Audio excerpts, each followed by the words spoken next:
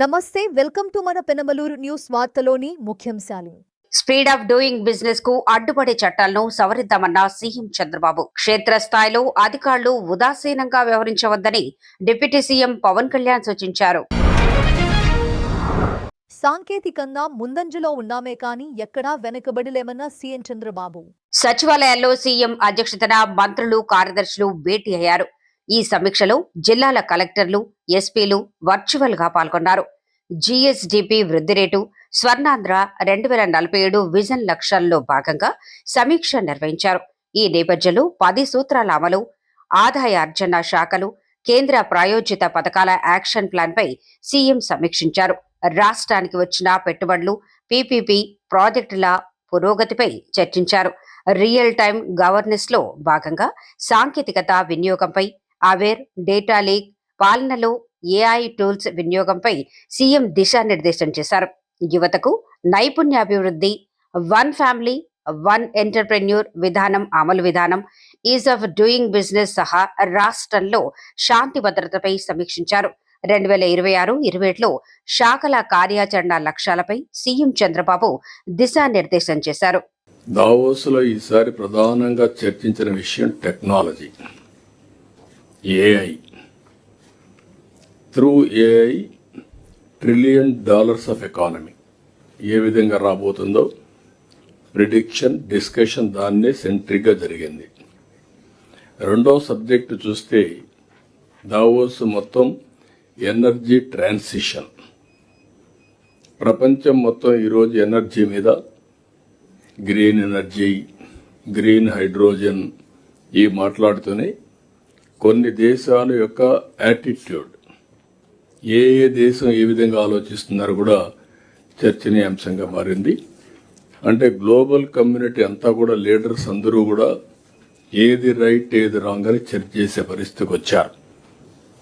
ఈ రెండు విషయాలు మనం ఒకసారి గుర్తుపెట్టుకోవాల్సింది, మనం చేసిన 19 months నుంచి ఈ రెండు కూడా సెంట్రల్ పాయింట్గా పెట్టుకొని ఈరోజు ఆర్టీజీఎస్ కావచ్చు, లేకపోతే టెక్నాలజీ పెనిట్రేషన్ కావచ్చు, అదే మరి మొత్తం గవర్నమెంట్ డేటా అంతా కూడా సింగిల్ పోర్టల్కి తీసుకురావడం కావచ్చు, ఇంకొక పక్కన ఏఐ అప్లికేషన్స్ కూడా వాడే పరిస్థితికి మనం వచ్చాం.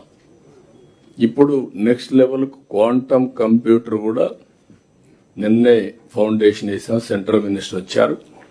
ఏ 6-7 దేశాల్లో మనది ఒక దేశం.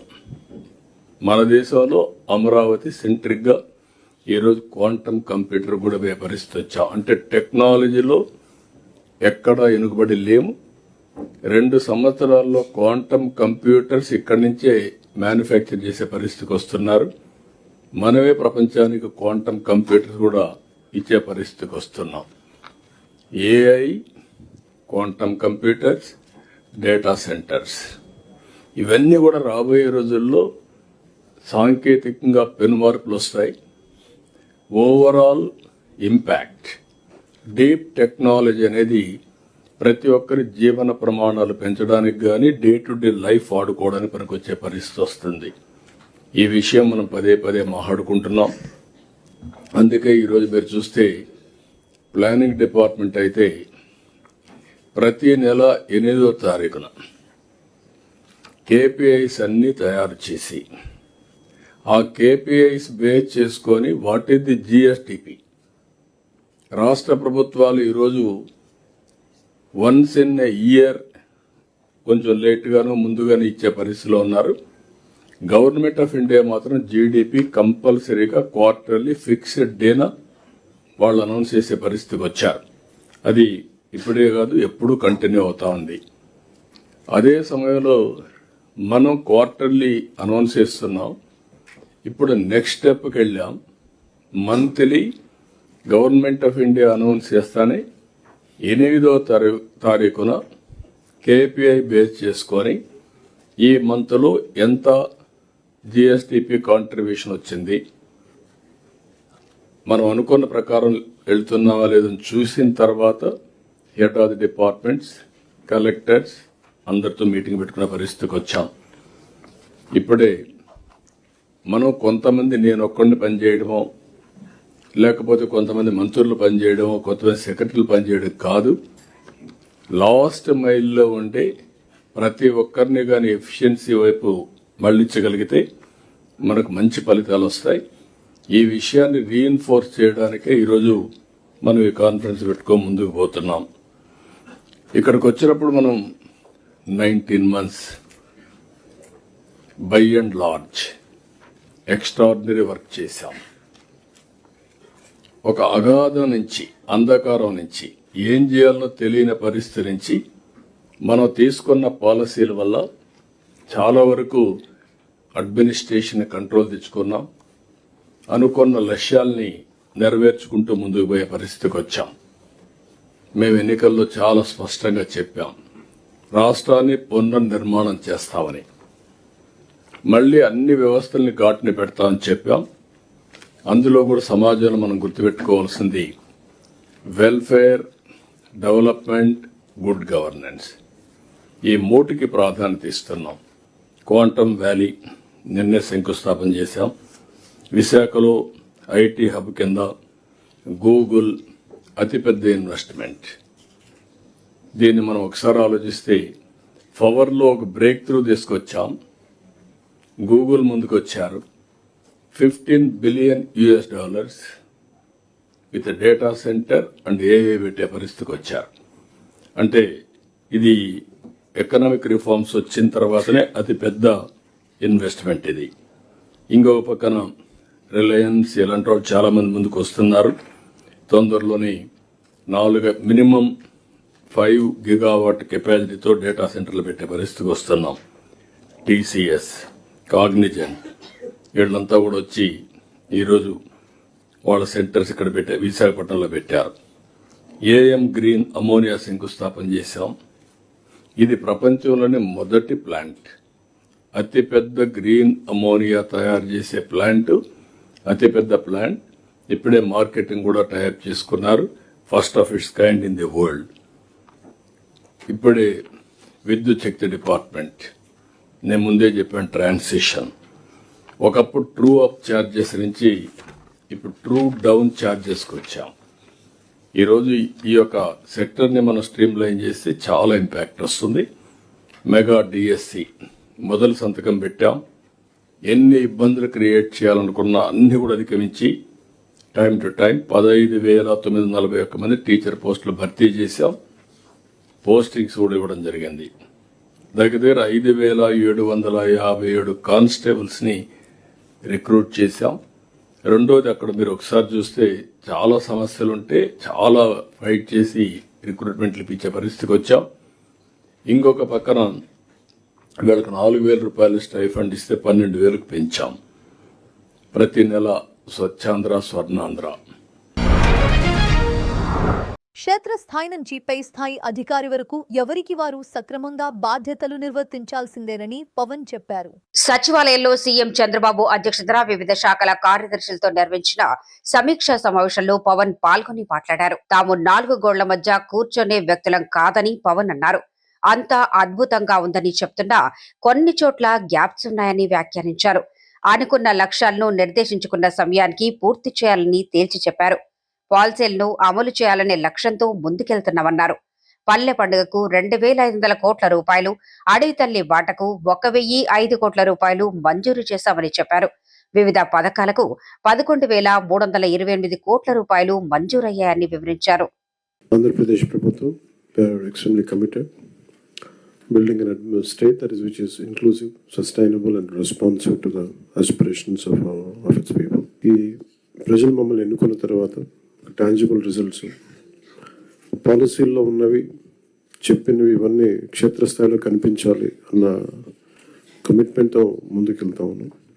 దాంట్లో భాగంగానే ఇవన్నీ ఈ కలెక్టర్స్ కాన్ఫరెన్స్ కానీ, అలాగే పల్లి పండుగకి సంబంధించి నా డిపార్ట్మెంట్కి సంబంధించి PR&RDకి సంబంధించి పల్లి పండుగ పోయిన సంవత్సరం 2,500 కోట్లు, పల్లి పండుగ 2.0 కింద 5,700 కోట్లు, అడవి తల్లి బాటుగా 1,005 కోట్లు, special assistance to state for capital investment which is called SASCI 2,123 crores. In total 11,328 కోట్లు శాంక్షన్ చేయబడింది.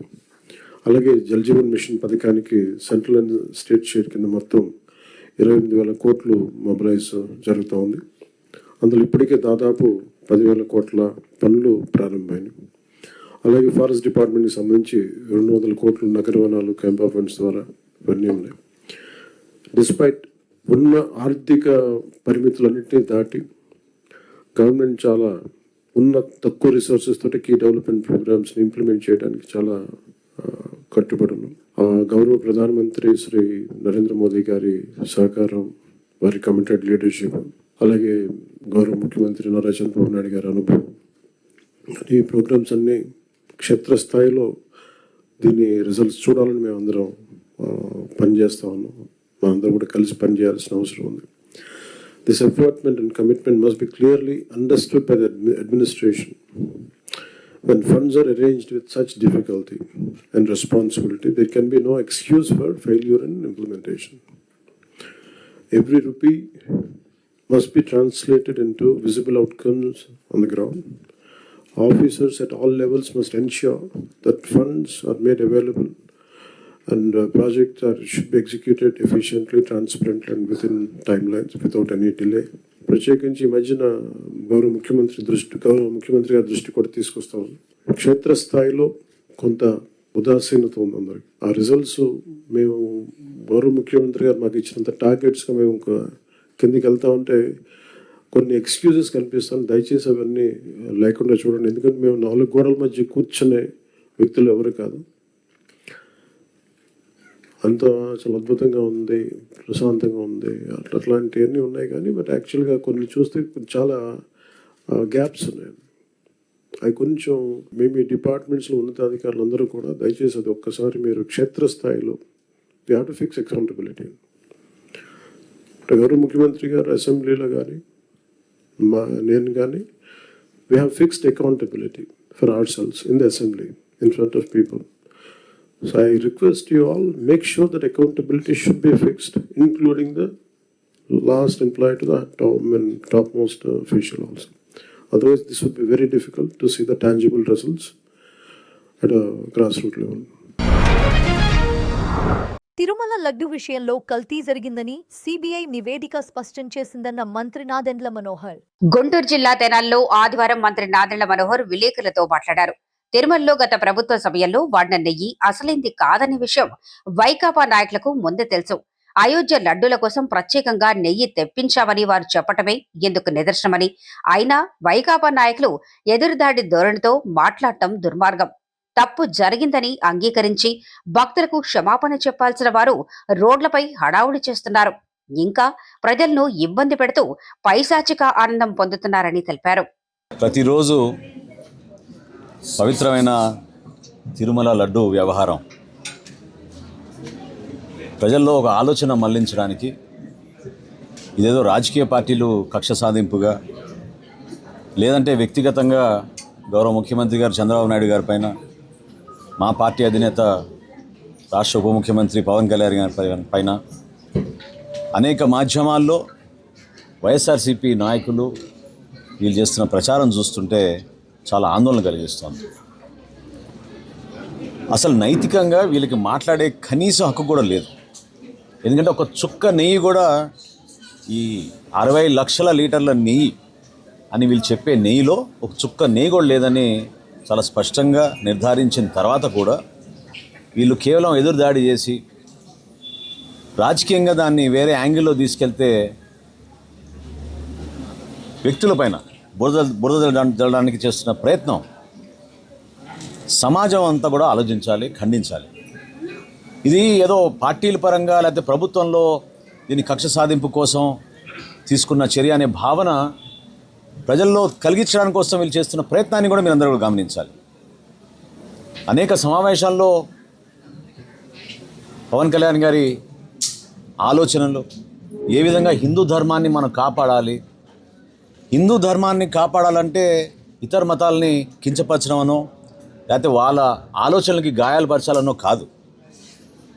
కనీసం భక్తుడనే ఆలోచనతోటి ప్రతి వ్యక్తి ఇది మన బాధ్యత, ఇంత పొరపాటు జరిగింది, దీన్ని ఏ విధంగా ఒక ప్రక్షాళన జరిగి రాబోయే రోజుల్లో ఇటువంటి పొరపాట్లు ఇంకొకసారి జరగకుండా ఒక్క తిరుమలలో జరిగిన ఈ అంశం పైన ఈరోజు లోతుగా ఎందుకు అందరు చర్చించాల్సిన అవకాశం ఆలోచన రావాలనే దానిపైన నేను ప్రయత్నం చేస్తున్నాను.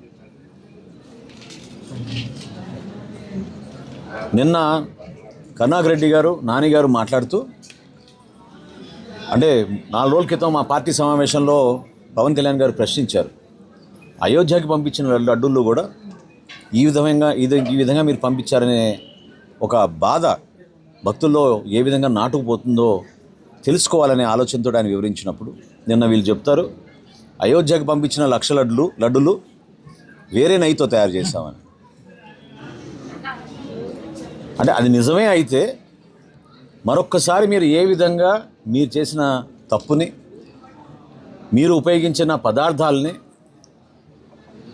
మీరు ఏ విధంగా ప్రజల్ని మోసం చేసి పరిపాలించారో ఈ 5 సంవత్సరాలు గుర్తు తెచ్చుకోవాలి. కొంతమంది వ్యక్తుల పేరు ప్రస్తావించారు, అది నేను ప్రస్తావించాను. కానీ మాకు వచ్చిన సమాచారం మేరకు 2 డైరీలు హైదరాబాద్లో ఉన్న వీకే డైరీ ఎసెన్షియల్స్ 1005 కిలోలు, అదేవిధంగా పరాగ్ మిల్క్ ఫుడ్స్ అనే పల్మనేరులో ఉన్న ఒక సంస్థ, వాళ్ళ దగ్గర నుంచి 1005 కిలోలు, అంటే 2010 కిలోల నెయ్యి ప్రత్యేకంగా అయోధ్య లడ్డుల కోసం తెప్పించి తయారు చేపించి పంపించామని వీళ్ళు ఈ రోజున అసలు నిస్సిగ్గుగా మాట్లాడడం అనేది చాలా బాధ కలిగిస్తుంది. ఏ విధంగా మీరు కేవలం అయోధ్య పంపించిన లడ్డుల వరకు ప్రత్యేకంగా వేరే నెయ్యి వాడారు అంటే మీకు దీని వెనక తెలుసా? మీకు మనం వాడుతున్న నెయ్యి అసలు నెయ్యే కాదని మీకు అప్పటికే తెలుసా? రామ్ జన్మభూమి ట్రస్ట్ నుంచి మాకు 1,00,000 మినీ లడ్డూలు పంపించమని వాళ్ళు ఉత్తరం రాసినప్పుడు టీటీడీ బోర్డు నుంచి వాళ్ళు దీనిపైన అంగీకరించి సరఫరా చేద్దామని నిర్ణయించుకున్నప్పుడు అక్కడే కదా, పవిత్రమైన తిరుమలలోనే కదా లడ్డూలు చేసేది. అంతేగాని మేము సపరేట్గా పంచదార పంపిస్తాం, మేము శనగపప్పు సపరేట్ పంపిస్తాం అంటే లడ్డూలు మీకు తయారు చేసి ఇస్తారా చెప్పండి? నేను ఈ సందర్భంగా కోరుతున్నా, అంటే ఇది ఒక అంశం పైన నేను ప్రత్యేకంగా మాట్లాడడం దీని వెనక ఏంటంటే, దయచేసి హిందూ ధర్మాన్ని కాపాడడం కోసం అనేక మంది రాత్రింపగలు పాపం కృషి చేస్తూ ఉంటారు. ఎంతోమంది మఠాధిపతులు, పీఠాధిపతులు అనేక దూరమైన ప్రాంతాల్లో కూడా పర్యటించి వేల సంవత్సరాల నుంచి వాళ్ళు పడిన కృషిని ఈరోజు మనం మర్చిపోకూడదు. దయచేసి ఇప్పుడైనా సరే ఈ పెద్దలందరూ కూడా ఒక వేదికగా ఏర్పాటు చేసి, పార్టీలకు అతీతంగా, ఇది పార్టీలతో సంబంధించిన అంశమే కాదు, ఇది పరిపాలనలో గౌరవ ముఖ్యమంత్రి గారికి ఒక రిపోర్ట్ అందిన మేరకు చాలామంది భక్తులు గతంలో ఆవేదన వ్యక్తపరుస్తున్నప్పుడు, తిరుమల పర్యటించినప్పుడు పవన్ కళ్యాణ్ గారి దృష్టికి కూడా చాలామంది పెద్దలు వచ్చి చెప్పడం జరిగింది, ఇక్కడ అనేక అపవిత్రత కార్యక్రమాలు జరుగుతున్నాయి, దయచేసి కాపాడండి అని. మేము ప్రతిపక్షంలో ఉన్నప్పుడు ఆ అంశాలన్నీ కూడా గుర్తుకొచ్చి దీనిపైన సమగ్రమైన నివేదిక కోరినప్పుడు వచ్చిన వివరాలు చూసి మనందరం కూడా ఆశ్చర్యపోయి, నిజంగా ఈ విధంగా చేయగలుగుతారా మీరు, ఎందుకు చేశారు అని దానిపైన మనం ప్రశ్నిస్తున్నప్పుడు ఈ రాజకీయ కోణం నుంచి చూడడం, పార్టీలకి అంటగట్టడం, పార్టీ అధినేతలకి అంటగట్టడం, ఇదేదో వ్యక్తిగతంగా ఒకరిపైన ఒకరు దాడులు చేసుకుంటాం అనే విషయం తీసుకెళ్ళడానికి చేస్తున్న ప్రయత్నాన్ని మనందరం కూడా ఖండించాలి. నేను మనస్ఫూర్తిగా కోరుకుంటున్నా పెద్దలందరినీ కూడా, సమాజంలో ఉన్న పెద్దలందరూ కూడా ఖచ్చితంగా దీనిపైన ఒక రౌండ్ టేబుల్ సమావేశం ఏర్పాటు చేయండి, ఒక వేదిక ఏర్పాటు చేయండి, వాస్తవాలు తెలుసుకోండి, ప్రభుత్వం మీకు అందించిన ఈ సమాచారాన్ని మీ ముందు పెట్టుకోండి, ధర్మాన్ని కాపాడండి, భక్తుల మనోభావాలు కాపాడండి. ఉయ్యూరు వీరమ్మ తల్లి దర్శనానికి పోటెత్తిన భక్తులు భక్తి శ్రద్ధలతో మొక్కులు తీర్చుకున్నారు. పెన్మలూరు నియోజకవర్గం ఉయ్యూరు మండలం ఉయ్యూరు పట్టణంలో ఎన్నడూ లేని విధంగా ఉయ్యూరు వీరమ్మ తల్లి తిరణాల్లో చివరి ఆదివారమైన రోజు భక్తులు అమ్మవారిని దర్శించుకోవడం కోసం, మొక్కబడులు చెల్లించుకోవడం కోసం పోటెత్తారు. రాష్ట్ర హైకోర్టు న్యాయమూర్తి కిరణ్మయి కుటుంబ సభ్యులతో మరియు రాష్ట్ర గృహ నిర్మాణ శాఖ మంత్రి కొలుసు పార్థసారథి వీరమ్మ తల్లిని ఆదివారం దర్శించుకున్నారు. ఆలయ మర్యాదలతో స్వాగతం పలికిన దేవస్థానం కమిటీ వీరమ్మ తల్లి ఆశీస్సులతో ప్రజలందరూ సుభిక్షంగా ఉండాలని ఆకాంక్షించారు. తుమ్మలపల్లిని సన్మానించిన కంకిపాడు గ్రామ కూటమి నాయకులు.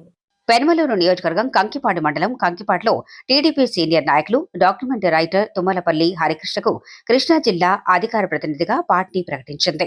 ప్రమాణ స్వీకార మహోత్సవ కార్యక్రమాన్ని ఎన్టీఆర్ పుట్టిన ఊరు నిమ్మకూరులో కృష్ణా జిల్లా అధ్యక్షుడు పీరంకి గురుమూర్తి ఆధ్వర్యంలో చేశారు. ఈ సందర్భంగా కంకిపాడు కూటమి నాయకులు గ్రామ టీడీపీ పార్టీ కార్యాలయంలో సన్మాన సభ నిర్వహించారు. గ్రామ టీడీపీ, జనసేన, బీజేపీ నాయకులు తుమ్మలపల్లి హరికృష్ణను సన్మానించి శుభాకాంక్షలు తెలియజేశారు. ఈ సందర్భంగా తుమ్మలపల్లి హరికృష్ణ మాట్లాడుతూ, నాకు ఈ పదవి ఇచ్చినందుకు ఎమ్మెల్యే బోడే ప్రసాద్కి, గ్రామ పార్టీ నాయకులకు కృతజ్ఞతలు తెలియజేశారు. పార్టీ బలోపేతానికి నా వంతు కృషి చేస్తారని పేర్కొన్నారు.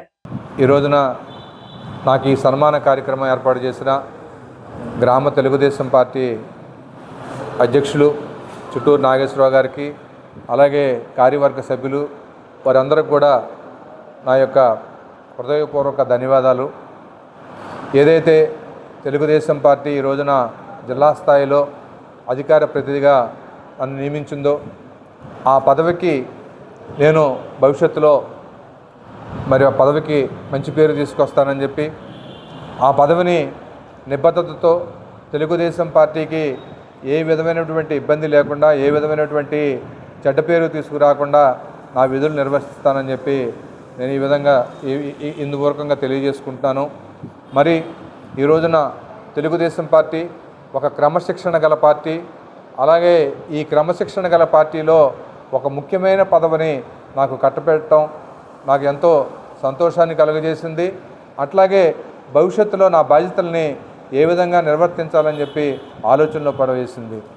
అయినప్పటికీ మా యొక్క నాయకుల యొక్క ఆశీర్వచనాలతో, మా కార్యకర్తల అండదండలతో మరి నా పదవిని నెరవేరుస్తానని చెప్పి ఇందు మూలంగా తెలియజేస్తూ వార్తలు ముగించే ముందు ముఖ్యాంశాలు మరోసారి. స్పీడ్ ఆఫ్ డూయింగ్ బిజినెస్ కు అడ్డుపడే చట్టాలను సవరిద్దామన్న సీఎం చంద్రబాబు. క్షేత్రస్థాయిలో అధికారులు ఉదాసీనంగా వ్యవహరించవద్దని డిప్యూటీ సీఎం పవన్ కళ్యాణ్ సూచించారు. వార్తలు ఇంతటితో సమాప్తం. తిరిగి మరల తర్వాత ముఖ్యాంశాల్లో కలుద్దాం. అంతవరకు చూస్తూనే ఉండండి మన పెనుమలూరు న్యూస్.